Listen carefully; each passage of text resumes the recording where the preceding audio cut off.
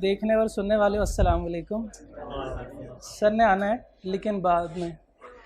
पहले हम करेंगे टेस्ट की डिस्कशन, उसके बाद लेक्चर के अगले हिस्से में आपकी होम असाइनमेंट की डिस्कशन होगी और आप सर आएंगे उसमें होम असाइनमेंट डिस्कस करेंगे। चलते हम टेस्ट 3 की जानिब। वो जो आपको डिस्ट्रीब्यूट हुआ है और आपके पास नहीं है, साथ वाले के पास देख लें। नहीं हुआ है, मैंने खुद किया। हाँ मुझे पता है। साथ वाले के पास नहीं होगा, वो नहीं लेके आए होंगे, तो बस इधर ही देख लें। फिर हमने इसलिए डिस्प्ले किया हुआ इधर। चलें जी, टेस्ट 3 से पहले इसकी जो इंस्ट्रक्शन है, जो आप लोग नहीं पढ़ते वो लाजमी पढ़ लिया करें। ये आप लोगों के लिए ही हैं, एग्जामिनर्स आप लोग हैं। आंसर ऑल 5 क्वेश्चंस, ठीक है। Answer in black pen only. Blue pen से करेंगे तो आपकी आदत बन जाएगी, ब्लैक पेन से करेंगे नहीं अच्छा लगेगा। एक दफ़ा अगले टेस्ट में आप करेंगे नहीं अच्छा लगेगा, लेकिन उसके बाद वो आदत डेवलप हो जाएगी। लेकिन अगर ये ब्लू वाली गंदी आदत डेवलप हो गई तो फिर आप एग्जामिनेशन सेंटर में बैठे होंगे, आपको पता भी नहीं चलेगा। पेपर लिख के आएंगे और उसके बाद फिर कहेंगे सर मैं तो ब्लू से लिख के आया हूँ। एग्जामिनर में पेपर चेक कर देंगे ना, इतने अच्छे एग्जामिनर आई के आपके नहीं होते। हम तो फिर भी चेक कर देते हैं। अगर किसी का कैंसिल हो जाता है तो वो सिर्फ इस बेस पे होता है कि आपने ब्लू पेन यूज़ किया। Attempt each part of the question on fresh page. हमारे पास बड़े पेजेस हैं, आप कर तो लो यार, एक दफ़ा ट्राई तो कर लो, कुछ नहीं होता। इतने ज़्यादा पेजेस होते हैं, आपको और पेज देंगे, लेकिन आप ये लाजमी ट्राई करना, ये लाजमी ट्राई करें, ठीक है ना जी। चलें डिस्कशन की तरफ चलते हैं। Question number 1, select the most appropriate answer. Under the Contract Act 1872, a person is said to be of sound mind for the purpose of making a contract if, वो इसमें पूछ रहा है कि साउंड माइंड का बंदा कौन सा होगा, कौन होगा साउंड माइंड का for the purpose of contract. He is not illiterate and can read and understand the terms of the contract. नहीं ठीक है, सही तो कह रहा है वो।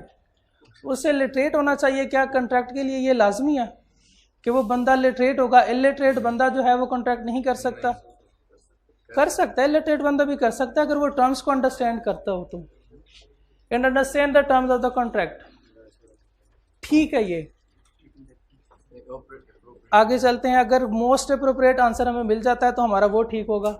He is capable of understanding the contract in forming a rational judgment is to its effect upon his interest। ये डेफिनीशन है, इसने कंप्लीट डेफिनीशन पूछी हुई है। अगर वो किसी एमसीक्यूज में या सवाल में, स्पेशली एमसीक्यूज में, अगर वो डेफिनीशन आपसे पूछता है तो आपने एग्जैक्ट वही डेफिनीशन जो है वो लिखनी है और वो देखनी है कि कौन सी है। आगे पीछे भी कोई ऑप्शन ठीक हो सकते हैं, लेकिन मोस्ट अप्रोप्रिएट वही होता है जो हमारी डेफिनीशन है और एग्जैक्ट डेफिनीशन है। आगे चल के हम देखते हैं कि कौन सी, अगर ये तो हो गई, ये डेफिनीशन है और हमारा यही ऑप्शन जो है वो करेक्ट है। लेकिन आगे भी पढ़ लेते हैं। He is of the age of majority and is not disqualified from contracting by any law to which he is subject. ये तो हमारे कॉम्पिटेंसी वाले में से आया है, कॉम्पिटेंट टू कॉन्ट्रैक्ट में वो कह रहे हैं। He is not suffering from any mental disease, ये भी उधर से ही है कि कौन कॉम्पिटेंट होता है कौन नहीं होता। इसमें जो करेक्ट ऑप्शन है वो बी ऑप्शन है, ठीक है। कोई मसला मसाइल, कोई परेशानी? करीम बोरोड आरिस 5 लाख फ्रॉम बशीर इन 2002। कि 2002 यहाँ पे जो डेट अगर मेंशन है तो वो हमारे लिए इम्पोर्टेंट है, इसको हमने मेंशन करना है। अगर तो ये रिप्रोडक्शन का सवाल है या केस स्टडी है, एमसीक्यूज में तो हम उसे बता देंगे ये ऑप्शन करेक्ट है। The debt become time barred under the limitation law. Time barred debt कौन सा होते हैं? जिनको 3 साल हो जाए, गुजर गए हो, किस डेट से ये नहीं बताना, ड्यू डेट। हाँ, हाइवर करीम एंड बशीर एंड 2009, 7 साल बाद उसे याद आता है and verbally acknowledge his liability, कि मैंने अल्लाह को जवाब देना है कि मैंने आपको 3 लाख दे रहा हूँ। वर्बली वो कह रहा है, वर्बली एक्नॉलेज। इसको अंडरलाइन करेंगे किसी के पास क्वेश्चन पेपर है तो। Can Bashir hold Karim liable, क्या वो लायबल है? No, the promise should be for entire debt. उसने 5 लाख लिया था, 3 लाख वापस दे रहा है, तो ये ऑप्शन सही नहीं है। क्यों नहीं है सही, कोई रीजन? हाँ जी, टाइम बार डेट के हमने वो 3 कंडीशंस पढ़ी थी कि वो रिटर्न होना चाहिए, साइंड और रजिस्टर्ड होना चाहिए। इसमें वो कह रहे हैं एंटायर डेट के लिए ठीक है, लेकिन उसने टाइम बार डेट का पूछा है, तो टाइम बार डेट अगर कम भी हो तो हम ले लेंगे उनसे पैसे। अगर वो कम पैसे देता है तो हम कहेंगे ये ना, पूरे पैसे नहीं दे रहे तो ये भी ना दो। कौन पागल होगा जो कहेगा यार नहीं 3 लाख भी रख लो आप। Yes the promise is valid is an exception to agreement without consideration. Consideration की तो बात ही नहीं हुई कि ये विदाउट कंसिडरेशन है। No because it is not written and signed promise. हाँ ये ठीक है, यस वाले तो सीधे सीधे ही गए ना। इसके साथ आप रजिस्टर्ड भी लिख सकते हैं अपने लिए ब्रैकेट में, आपको सारी 3 कंडीशन जो है वो भी आपकी रिवाइज हो जाएंगी। ओके ठीक है। ये Aamir had offered both Behram and Ahmad to sell his piano at a discounted price of Rs 25,000. Behram responded immediately and refused to accept the offer. उसने कहा भाई मुझे नहीं चाहिए। Aamir who was in urgent need of money lowered the offered price. ये बहराम ने उसे कहा कि मुझे नहीं चाहिए। उसने ऑफर किसको की है? बहराम और अहमद दोनों को उसने ऑफर की है, लेकिन बहराम कह रहा है कि भाई मुझे नहीं चाहिए। ये ऑफर खत्म हो गई यहाँ पे। Offer who was in Aamir who was in urgent need of money lowered the offered price to 15,000 which was finally accepted by Bahram. अब आमिर बैठा हुआ है, लेकिन बहराम अब उसने प्राइस कम कर दी, बहराम ने वो लोअर्ड प्राइस जो है वो उसको एक्सेप्ट कर लिया। Before delivering the piano to Behram, Amir received acceptance from Ahmad on his initial offer price 25,000। वो कहता भाई मुझे 25,000 की भेज दो। अब उसने तो है वो प्राइस कम करके 15,000 उसने एक्सेप्ट भी कर लिया। उसे कहा कि भाई मुझे 15,000 दे दो, मुझे पैसों की ज़रूरत है। लेकिन बाद में अहमद इसको एक्सेप्ट करता है, जो कि इनिशियल ऑफर्ड प्राइस है वो है 25,000 के साथ। Therefore, Amir has refused to deliver the piano to Behram. उसने कहा भाई मुझे 25,000 मिल रहे हैं, मैं क्यों आपको 15,000 में दूं? Can Behram claim damages upon Amir refusal? कितने स्टूडेंट कह रहे हैं यस? यस वाले कितने और नो वाले? बाकी नहीं। No because Aamir refuse the, मेरा भी यही जवाब था। No because Aamir refuse the delivery of Bahram due to inadequate consideration. क्यों? 25,000 का है और वो से कह रहा है भाई आप मुझे 15,000 दे दो, तो ये इनएडिक्वेट कंसिडरेशन ही है। नहीं ये है ही नहीं। इनएडिक्वेट कंसिडरेशन में हम उससे कम प्राइस देते हैं, लेकिन वो ऑफर के मुताबिक उससे कम प्राइस देते हैं, हम उससे क्या देते हैं? एग्री करते हैं उसके साथ। No because Aamir had agree to deliver piano to Bahram under undue influence. कोई अनड्यू इन्फ्लुएंस नहीं है। यस, ये नो वाले दोनों फारिग। Yes because the contract was completed on acceptance of revised offer price. उसने बाद में उसे कहा है कि भाई मुझे पैसों की ज़रूरत है, मुझे 15,000 दे दो। उसने कहा ठीक है आप 15,000 ले लो, लेकिन बाद में वो उसे कहता है कि मैं अब आपको नहीं दे रहा क्योंकि मुझे उसके 25,000 मिल रहे हैं, तो ये उसको कंपनसेट करना चाहिए उसे। Yes because Bahram responded first to the Aamir offer. नहीं, सी ऑप्शन करेक्ट है। कोई भी कर ले, जिसने ऑफर एक्सेप्ट कर लिया तो वही ऑफर है। जिसने एक्सेप्ट ही नहीं किया ऑफर और खामोश बैठा रहा, जैसे यहाँ पे अहमद भाई हैं, वो कुछ नहीं कह रहे, ठीक है ना। अब इसने जो है पहले कह दिया कि भाई मुझे चाहिए 15,000 में, तो ऑफर वहां पे कंप्लीट हो गई, एक्सेप्टेंस हो गई वहां पे। तो करेक्ट ऑप्शन जो है वो सी है। ठीक है, कोई मसला?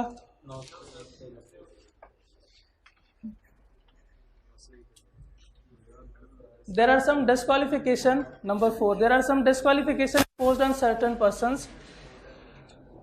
इसका क्या मतलब है? Disqualification imposed on certain persons in respect of their capacity to contract. ये है competence to contract. जो बंदे disqualified हैं. Choose the incorrect one from the following. वो कौन से थे? 4 लोग थे. Alien enemy, sovereign ambassadors and ये फॉरेनर जो है, और insolvent. Number 4 convicted. Convict incorrect option हमने देखनी है. कॉन्वेक्ट तो ठीक है, एलियन एनिमी वो भी है, इसमें फॉल कर रहे हैं. फॉरेन सॉवरन भी एम्बेसडर अगर होता तो वो भी. सॉल्वेंट नहीं, यहाँ पे इंसॉल्वेंट आना चाहिए.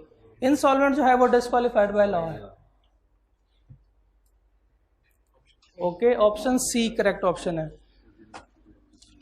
Number 5, which of the following statement is false. False statement देखनी है हमने, करेक्ट स्टेटमेंट नहीं देखनी.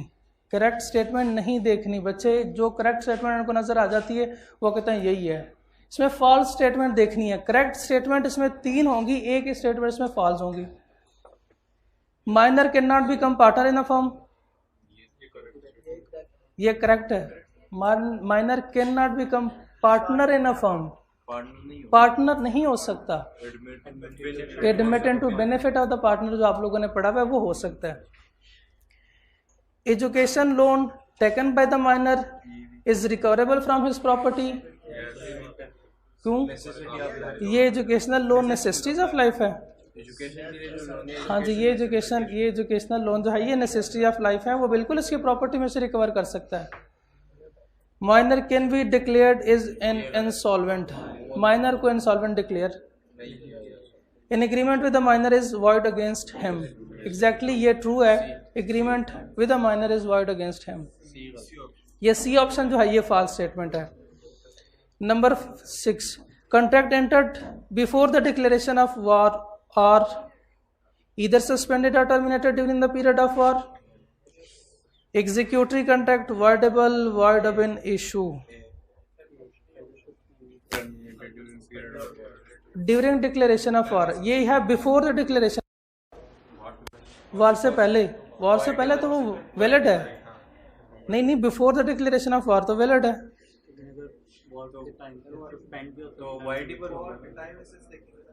हाँ जी, देखेंगे जैसे ही वॉर डिक्लेयर होगी तो साथ ही इधर सस्पेंडेड और टर्मिनेटेड जितने भी कॉन्ट्रैक्ट हैं वो या तो सस्पेंड हो जाएंगे या टर्मिनेट. अच्छा, वॉर के ख़त्म होने पे क्या वो जो कॉन्ट्रैक्ट हैं वो वाइड हो जाएंगे, वाइडेबल होंगे, वाइड अब इन इशू होंगे, या स्टिल सस्पेंडेड रहेंगे? टाइम एसेंस क्या उसमें, तो उससे वार खत्म हो गई, अब क्या उसमें टाइम एसेंस है? उसके खत्म होने के साथ ही उसकी वैलिडिटी खत्म नहीं स्टिल है, लेकिन उसके टर्म्स को रिव्यू करेंगे. रिव्यू के साथ उसके बाद वो कॉन्ट्रैक्ट कर सकते हैं, जितने भी उनके कॉन्ट्रैक्ट है वो हो सकते हैं. तो ये इसमें ए ऑप्शन करेक्ट है. ये थे हमारे एमसीक्यूज. नहीं, बाकी आज ही करेंगे. अब ये हमारा सब्जेक्टिव पार्ट है. Question number 2. Aamir a minor fastly representing himself to be age of majority enters into agreement to sell his property to Arif. Aamir जो कि माइनर है वो खुद को मेजर्स रिप्रेजेंट कर रहा है. Enter into agreement to sell his property to Arif and receive from him is a price of Arif 720,000 in advance. Out of this sum the minor purchase a car for 6 lakh की उसने गाड़ी खरीदी और बाकी स्पेंड ऑन प्लीजर ट्रिप. शाबाश. After the minor has attend majority, Arif sues him for the transfer of the property और in the alternate for the refund of Arif 720,000 in damages.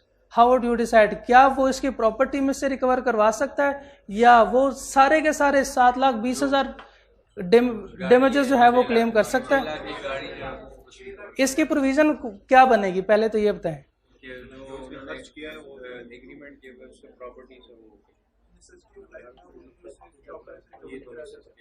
Provision, relevant legal provision क्या बनेगी इसकी?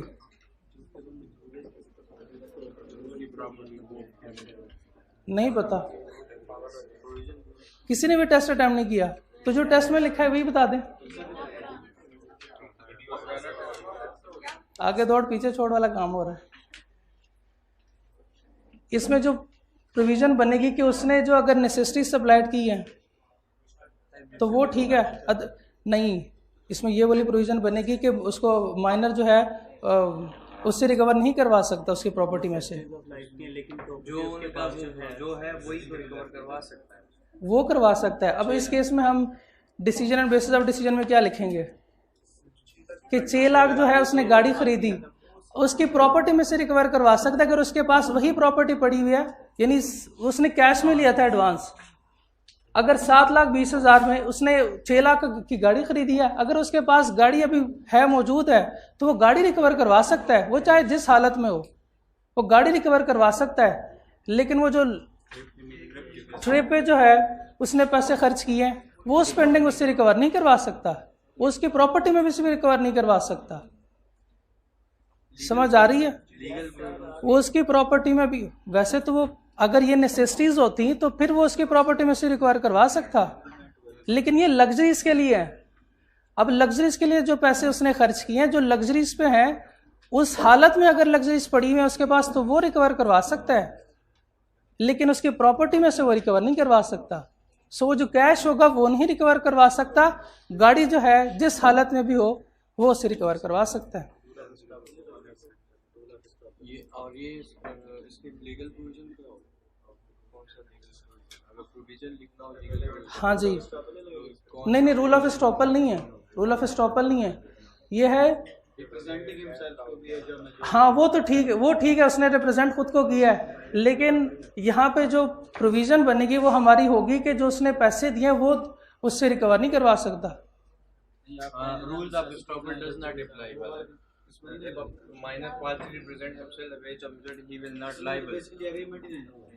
नहीं, हो गया बात, minor के साथ एग्रीमेंट नहीं हो सकता।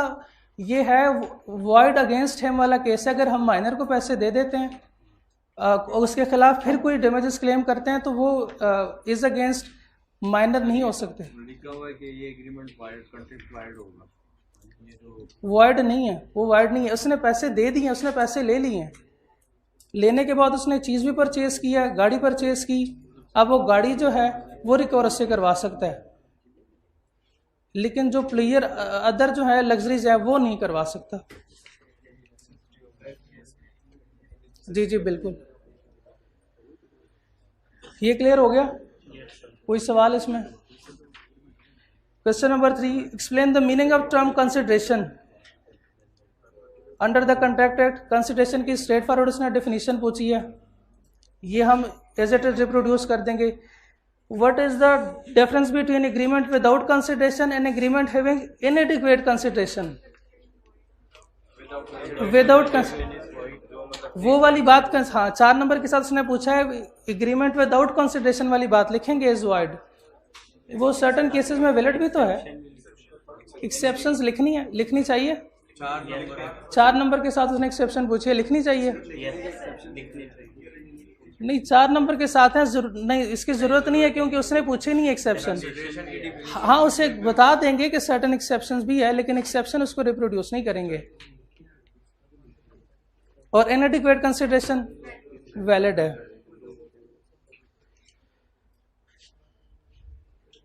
Number 4, on 4 March 2021, Alia agreed to sell her jewels to Salma at discounted price. However, on the next day, when Salma came to take the delivery, Alia's brother, being custodian of the jewels, refused to honor the delivery of the premise that Alia was admitted to the mental hospital, and therefore her earlier agreement to sell the jewel was not valid. Discuss whether Alia brother is justified. क्या जो वो कह रहा है कि वो उस वक्त एडमिटेड थी टू द मेंटल हॉस्पिटल और वो अपने होश हवास में नहीं थी, तो क्या रिकवर करवा सकते हैं वो अब उससे कि उसने जो उसके से पहले दे दिया?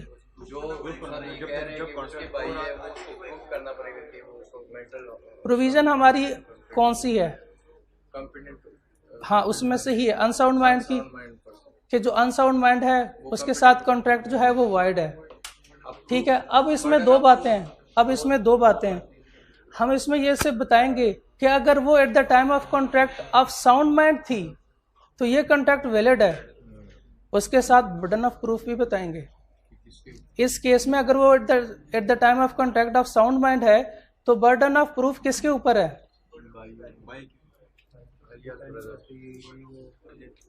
किसके भाई पे? आलियाज और ब्रदर। आलियाज और ब्रदर ये प्रूव करेंगे दोनों कि eight the time of contract, वो टाइम ऑफ कॉन्ट्रैक्ट जो थे वो ऑफ अनसाउंड माइंड थे। ठीक है, और इफ के साथ ये भी लिखेंगे अगर वो at the time of contract unsound mind है तो ये फिर कॉन्ट्रैक्ट वॉइड है। उसमें बर्डन ऑफ प्रूफ किसके ऊपर है? सलमा। नहीं, इस केस में नहीं। इस केस में इसने प्रूव करना है कि eight the time of contract वो साउंड माइंड के थे, वो at the time of contract of sound mind थे।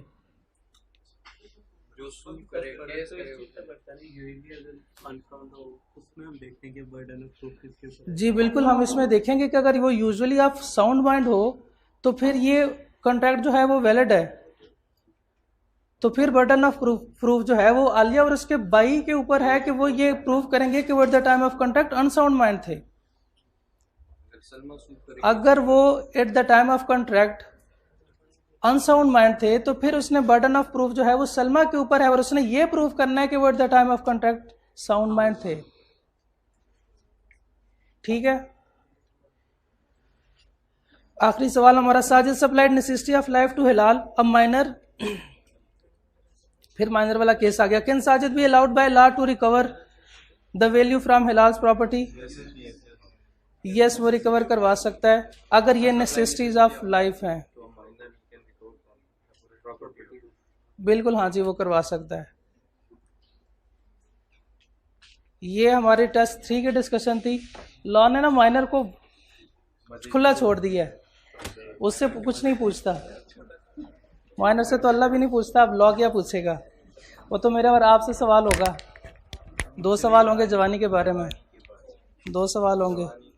अपने जवानी को सोपाक बनाएं और दुनिया में भी मज़े और आखिरत में भी। चलो, इसी के साथ टेस्ट 3 की हमारी डिस्कशन ख़त्म होती है इंशाल्लाह। नहीं, इधर लेक्चर ख़त्म नहीं हुआ, अब अगले लेक्चर में जो है वो होम असाइनमेंट डिस्कस हो रहे होंगे आपके। ठीक है जी, अस्सलाम वालेकुम।